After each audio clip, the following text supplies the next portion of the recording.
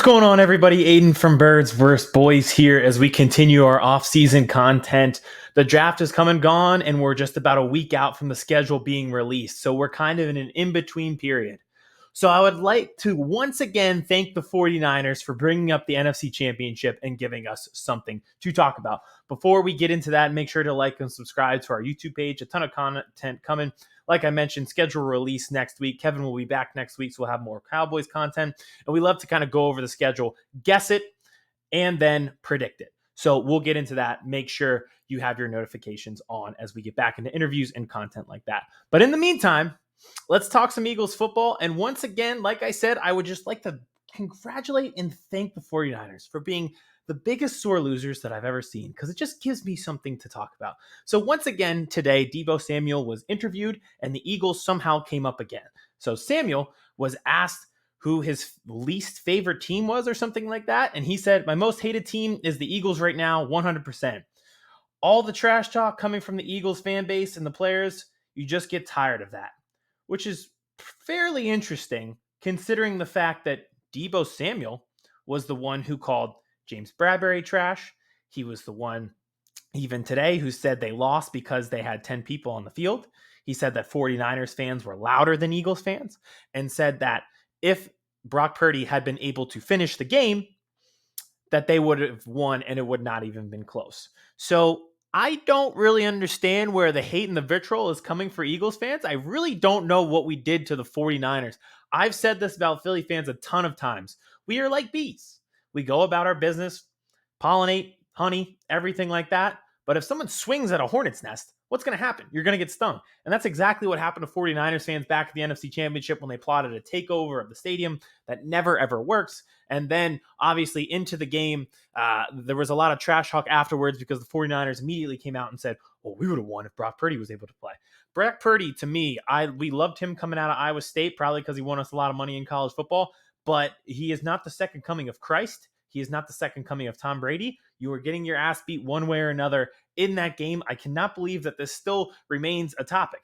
And I just don't get where it's coming from. I feel like we've talked more about the NFC Championship and the trash talk from that than we have about the Super Bowl and the Chiefs. Like, I haven't really heard any Chiefs-Eagles back and forth, but all of a sudden, there's this rivalry between the Eagles and the 49ers, and it all stems from the fact that Kyle Shanahan decided the best blocker of Hassan Reddick was his third-string tight end. I don't know how to help you in this situation.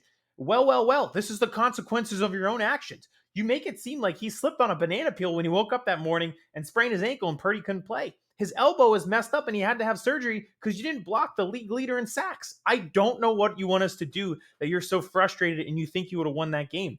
It started with a 3-and-out and a fumble because you couldn't block Hassan Reddick, just like we thought going into the game. And then we went right down the field and scored a touchdown. That's how the game started when Purdy was in. I don't know what else you want us to do in that situation. So I find it odd that Deebo Samuel continues to bring this up and says his most hated team is the Eagles right now. It's interesting. We'll play the 49ers again this year. We will do it in Lincoln Financial Field. I'm sure they will be received very well. We'll see if Purdy's even back for that game. If they even go with Purdy as their quarterback, Trey Lance could still be their starting quarterback next year. We'll see who they believe in to be the guy. On social media, Brock Purdy is the guy. It's kind of reminding me a little bit of the Jeremy Lin thing where he was fantastic and phenomenal in a burst, and then all of a sudden it went out. Now, Purdy could be great, and I think the 49ers are a great roster, but I just don't understand all of this hate that they were talking nonstop about the Eagles, all because they got their own quarterback hurt in the NFC Championship game and could not stop the Eagles and lost 31-7. And that was capped at the end by a Deebo Samuel fumble on an end around caused by Reed Blankenship.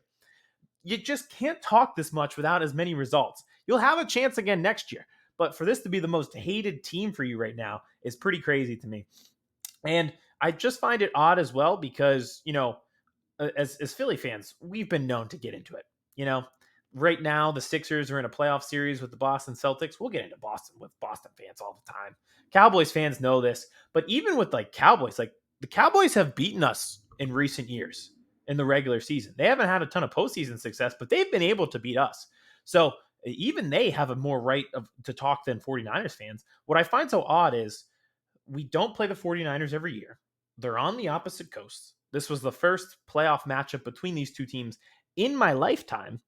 So the fact that one game happens, one injury happens, and now all of a sudden it's World War III when these two fan bases collide on social media, and the players on the 49ers are saying that their most hated team is the Eagles right now. This is a team, the 49ers, that used to go to war with the Seattle Seahawks and the Legion of Boom, and Richard Sherman's calling out your star wide receiver on national television. It's not like A.J. Brown went out there and called you trash and said that, Deebo Samuel was a sorry receiver. It'd be one thing if you called James Bradbury trash, if he was doing the Richard Sherman and just totally emasculating you on national TV after winning the NFC Championship. But that flat out didn't happen. So it's kind of fun to have this new rivalry. It'll be fun to go into the season. It'll be interesting to see where we play them. Just a little schedule thing, because I know it's coming out May 11th for the schedule. I think we'll open at the Chiefs. And just like, how often do the schedule makers get to do a Super Bowl rematch right off the bat as your Thursday night opener? It'll be interesting to see, though, where we fall in line with the 49ers. But I just find it odd. Again, Deebo Samuel wasn't the only one. I think Nick Bosa was involved in this as well. Brandon Ayuk had some comments as well. So I just don't know what to tell you guys. Try blocking Hassan Reddick next time when we play next year. That's the only thing that I can suggest to stop this. And proof is in the pudding. You know what? You could easily do this next year and beat us, and then you can talk all you want. Go to the NFC Championship and win it this time. But for now, I think that we'd be pretty heated if the Eagles, and say A.J. Brown was coming out and saying the Chiefs cornerbacks were trash and saying they would have won, if there wasn't a holding call or something like that. We have all the reasons in the world to complain about the grass, about the holding call, all these things like that. And you just don't hear that coming from us. And I think as a fan base, we'd be pretty pissed if our players were taking the Deebo Samuel route. So again, I would just like to thank the 49ers, though. It's the gift that keeps on giving. The fans walking through the parking lot on game day and planning their takeover with their flags and everything like that. That was awesome. Trying to take over Xfinity Live and do your own pre-game party. That was fantastic content. Total failure.